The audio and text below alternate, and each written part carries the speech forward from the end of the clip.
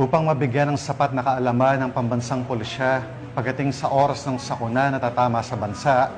Nakisa ang mga miyembro ng Regional Mobile Force Battalion 13 sa isinagawang 3-day basic life support at standard first aid training sa Basilan.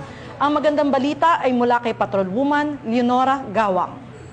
Isa ang mga personahe ng Regional Mobile Force Company sa isinagawang 3-day basic life support at standard first aid training sa Medical Center Health Emergency Basilan nito lamang 15 hanggang 17 ng Oktubre taong kasalukuyan.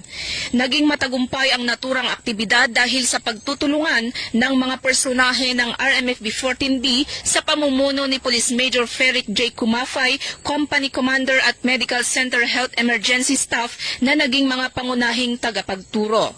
Sa isinagawang 3-day basic life support at standard first aid training, itinuro sa mga kalahok ang mga pangunahing kaalaman at kasanayan sa pagtugon sa mga sitwasyong pang-emergency tulad ng tamang pagbibigay ng CPR, pagsasagawa ng rescue briefing at pagbibigay ng paunang lunas sa mga nasugatan o nawalan ng malay.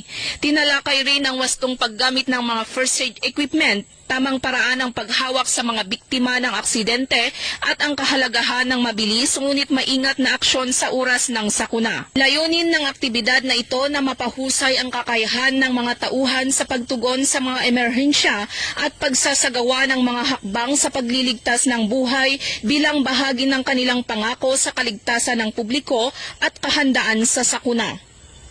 Mula rito sa rehiyon ng Bangsamoro, ako ang inyong Police News Network Correspondent, Patrolwoman Leonora Gawang, alagad ng batas, tagataguyod ng balitang pulis.